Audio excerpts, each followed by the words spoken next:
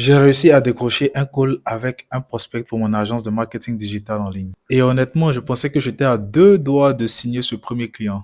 Mais malheureusement, tout ne s'est pas passé comme prévu. Et surtout, le call m'a fait comprendre quelque chose de beaucoup plus profond sur le business que j'étais en train de développer. Bienvenue à toi sur cette chaîne. Si c'est la première fois que tu me découvres, sache que moi, c'est Boris Yao. Depuis maintenant près de 4 ans, je poursuis un objectif, c'est-à-dire atteindre le statut d'un homme de haute valeur tout en développant 4 piliers fondamentaux qui sont financiers, relationnels, social et culturels. Et sur cette chaîne, je développe avec toi de manière transparente pendant que je suis en train de construire le pilier financier. C'est dans cette optique qu'aujourd'hui, on parle de business à levier que je suis en train de développer, qui est le marketing digital. Dans la dernière vidéo, je t'expliquais comment est-ce que j'ai lancé mon entreprise de marketing digital, comment est-ce que je structurais les choses, comment j'ai galéré pour avoir des réponses, puis comment j'ai finalement réussi à décrocher mon premier call. Et aujourd'hui, je vais te raconter exactement comment cela s'est passé et ce qui est finalement arrivé. Donc, le jour du call arrive, je suis assez stressé, mais confiant quand même. Je prépare tout ce que j'ai à donner tout ce que j'ai à proposer comme offre, tout ce que j'ai à donner comme réponse en fonction des questions, même les objections. Vraiment, j'ai fait une liste incroyable de tout ce à quoi je pouvais m'attendre et puis comment est-ce que je pouvais répondre. Parce que dans ma tête, j'avais déjà fait le plus dur, c'est-à-dire réussir à attirer l'attention de la personne en question, réussir à avoir des messages, réussir à avoir l'intérêt. Donc ça, c'était le plus dur. Généralement, le call, il se termine toujours par un closing. On close directement le client et puis on avance. C'est rapide, c'est efficace, quoi. Donc, on a commencé à échanger. Dès les premières minutes, ça a commencé à bien matcher. La femme, elle était assez réceptive. Elle était un peu contente quand même d'être là, se sentait un peu, même si mon accent n'était pas aussi fluide que l'accent français, mais quand même je sentais qu'elle était à l'aise. Et à chaque fois, elle posait des questions, j'arrivais à répondre. C'est là qu'elle va m'expliquer un peu son parcours, parce qu'avant d'arriver avec moi, elle était déjà avec une agence qui faisait déjà de la publicité. Donc, c'est là même que j'ai réussi à m'intégrer dans la brèche pour pouvoir lui proposer une nouvelle offre. Et elle va m'expliquer qu'elle a été un peu déçue et qu'elle travaille avec même des gens qui sont là, qu'elle est un peu déçue aussi. Voilà. Et donc là, moi, je vais commencer à mettre la différence. Je vais commencer à expliquer que oui, c'est vrai, il y a des personnes qui font que du marketing classique. Voilà, là où ils échouent. Moi, qu'est-ce que je vais apporter de différent? Voilà, voilà, voilà. Et je fais tout ça. C'est assez intéressant. Le courant passe, elle est contente, elle dit, il n'y a pas de souci. OK. Maintenant, là où ça va commencer à coincer, c'est quand elle va me demander maintenant, elle va commencer à me poser des questions sur ma crédibilité. D'abord, dans un premier temps, le nom de mon entreprise, le nom de mon entreprise de marketing digital qui est Local Pro Digital. Elle va me demander, vous êtes basé en France ou vous êtes tout ça? Bon, je dis clairement, parce que dans ce genre de situation, il faut être honnête. Quand tu vas commencer à travailler avec quelqu'un, il faut poser d'abord une relation de confiance. Donc là, je veux dire que non, je suis pas basé en France. On est basé à l'étranger, mais ça ne nous empêche pas de travailler avec des cabinets en France pour améliorer leur visibilité, parce que le plus important, c'est le produit qu'on va apporter sur la table. Donc elle veut vraiment creuser en fait. Elle veut vraiment savoir, vous êtes basé où vraiment, vraiment. Avant ça, je ne m'étais jamais dit que c'était vraiment quelque chose sur lequel les gens allaient s'arrêter, parce que très généralement, les Blancs, c'est vrai que oui, ils vont parfois essayer de regarder un peu la crédibilité, mais ce qui est le plus important pour eux la plupart du temps, c'est le service que tu vas fournir. Est-ce que le service derrière sera un service de qualité? Tant que le service derrière est de qualité, peu importe, même si tu te trouves en Allemagne, même si tu te trouves au Zimbabwe, peu importe, en principe, tant que tu fournis un bon service de qualité, il n'y a pas de souci. Mais j'imagine que pour un souci de sécurité, et puis bon, comme c'est une femme aussi, peut-être qu'elle a besoin d'être beaucoup plus en confiance, donc elle va vraiment creuser, elle veut vraiment savoir. Donc je lui dis la vérité, il n'y a pas de souci. Bon, écoute, je suis basé en Côte d'Ivoire, voilà, mais ça ne m'empêche pas de bosser quand même avec des cabinets en France. Et donc là, elle me dit, bon, d'accord, il n'y a pas de souci, mais est-ce qu'au moins vous avez déjà bossé avec certains cabinets pour que je puisse au moins me former, voir comment ça a été avec eux? Bon, là, ça commence à devenir un peu chaud, parce que je m'étais déjà préparé à tout concernant le service, c'est-à-dire tout ce qui était comme question concernant le service et l'offre que j'allais donner, mais pas vraiment à ce que on s'attarde sur l'option d'où je viens et si vraiment je suis pas assez un gars assez louche. Bon, pour certains, ça sonne évident, mais moi, c'est pas comme ça que je voyais les choses, parce que je sais que il y a des cabinets ou voire même peut-être, mais il y a des gens même qui travaillent avec des personnes dans le marketing digital qui sont même pas en France. Ça existe, ouais, il y en a plein. OK, mais c'est plus le côté crédibilité. Et vu que peut-être que la niche aussi dans laquelle elle opère, c'est que en tant qu'avocate, ils sont peut-être beaucoup plus pointueux sur les genres de personnes avec qui ils travaillent.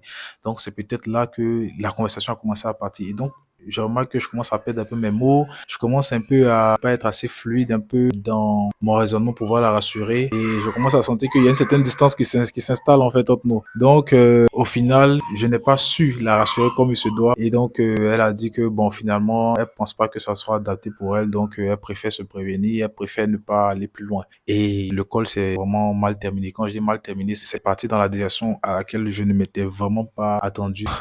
Déjà, monsieur, le premier point auquel mais j'aurais dû réfléchir depuis le début, mais sur lequel je voulais pas m'attarder parce que je me disais que c'était un détail assez minime.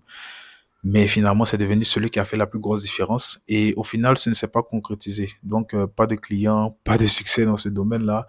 Et surtout, j'ai ressenti une sensation assez bizarre après le call. Et c'est là que j'ai commencé vraiment à réfléchir, en fait.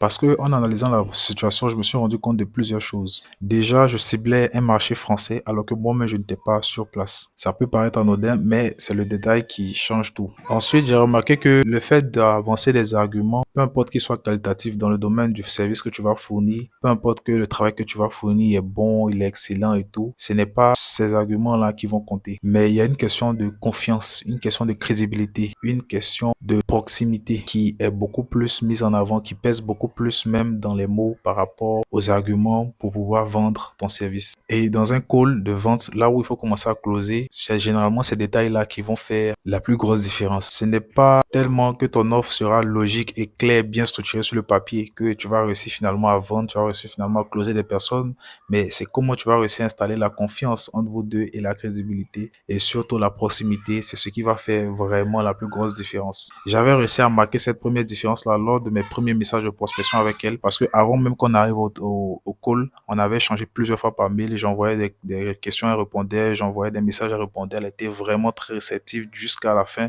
C'est juste le jour du call, même au début du call, elle était parfaitement réceptive. Je sentais à sa voix que très belle voix, elle s'exprimait très bien, elle était vraiment chaleureuse. Mais c'est la partie où on a commencé à arriver là, où ça allait être un peu pimenté.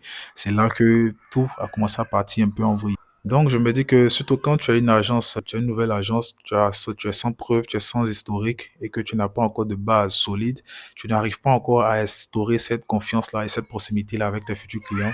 Donc, ça devient un peu compliqué. Donc, les trois premières leçons les plus importantes, c'est que dans un premier temps, la confiance est plus importante que l'offre. Dans un second temps, le marché que tu choisis peut te faciliter ou énormément te compliquer la tâche en fonction de ce que tu vas proposer comme offre.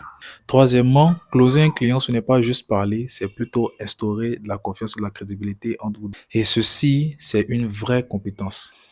Et enfin, quatrièmement, ce que j'ai retenu encore, c'est que vouloir aller trop vite en ignorant certains détails peut finalement te coûter très cher à arriver devant. Donc, à partir de là, je vais me poser une question. Je me dis, bon, est-ce que je vais continuer comme ça ou bien ce serait mieux de changer d'approche? Là, je vais me dire, ok, bon, ce serait mieux d'essayer de pivoter au lieu de cibler uniquement la France. Et si je commence à cibler et les deux, et la France et la Côte d'Ivoire, ou peut-être même me concentrer beaucoup plus d'abord sur la Côte d'Ivoire dans un premier temps, et puis potentiellement après, une fois que j'aurai commencé à bâtir un peu plus de crédibilité, cibler le marché français. Parce que j'ai pu le voir, il y a le besoin est là, le marché est là et j'ai réussi à pénétrer ce marché, mais c'est le côté crédibilité encore qui me fait défaut. Donc, je me dis que ça doit être quelque chose que je dois construire peut-être pour plus tard. Mais sinon, en attendant, vu que j'ai vraiment besoin de faire du cash, j'ai vraiment besoin de commencer à faire quelque chose et fournir des résultats, ce serait bien de commencer à cibler de manière beaucoup plus locale. Donc, viser le marché ivoirien. Ce que je compte faire, c'est commencer à cibler maintenant une nouvelle niche en Côte d'Ivoire. Je sais que dans le domaine du marketing digital, il y a plein de personnes qu'on peut cibler. Dans un premier temps, la niche qui est vraiment à portée de main, c'est le e-commerce. Ceux qui font du e-commerce, qui vendent des produits digitaux en ligne, tout, que ce soit produits physiques, produits digitaux, toutes ces personnes-là sont des potentiels clients. Maintenant, moi, je veux aller un peu plus loin encore. Je veux aussi cibler aussi même des agents immobiliers, c'est-à-dire les agences immobilières, vu qu'elles aussi, elles ont besoin aussi de quelqu'un pour les aider dans leur publicité et leur présence en ligne. Je veux les cibler. Je veux aussi voir aussi côté aussi restaurant. Et donc, je suis en train d'évaluer encore le marché actuellement et voir potentiellement comment commencer à prospecter mes premiers clients. Encore une fois, relancer la machine, relancer encore tout le processus que j'ai eu à faire pendant ces dernières semaines, quasiment un mois que j'ai fait sur le marché français. Je vais essayer de l'appliquer localement maintenant sur le marché ivoirien et puis voir ce que ça va donner. Donc, si vraiment tu as apprécié tout ce parcours, pendant que j'ai documenté un peu le peu d'expérience que j'ai réussi à accumuler jusque-là, n'hésite pas à liker, n'hésite pas à t'abonner, n'hésite pas à rester connecté pour la suite parce que je vais encore continuer de documenter tout de manière transparente avec toi. Pas que les réussites, pas que les échecs. Et même, comme je l'ai dit dans une de mes vidéos précédentes, il n'y aura que des échecs. Donc voilà, dans un premier temps, attendez à ce que vous me voyez beaucoup échouer. Et je pense que c'est ça aussi qui fait aussi la plus grande valeur que je peux apporter sur ma chaîne par rapport aux autres qui sont assez bling bling, qui sont tout en train de montrer quand ils réussissent et jamais quand ils sont en train de, quand ils sont à terre ou quand ils ont le genou à terre. Donc je vais documenter mes échecs comme ça. Demain, quand les réussites vont commencer à arriver, vous allez voir que c'est quelque chose qui se construit brique par brique avec la sueur du sang. Quels que soient les échecs et les obstacles, il faut continuer d'avancer et le succès peut potentiellement arriver devant. Et n'hésite pas aussi à me dire en commentaire si toi aussi tu as déjà vécu une sorte de situation comme cela dans laquelle je me suis mis, comment ça s'est passé et puis ce serait vraiment intéressant de savoir comment est-ce que tu as géré, comment ça s'est passé de ton côté et puis voilà. N'hésite pas aussi à cliquer en description, il y a le lien de mon canal Telegram dans lequel je continue de partager encore potentiellement de la valeur qui pourrait t'intéresser. Active la cloche de notification et puis on se dit à la prochaine.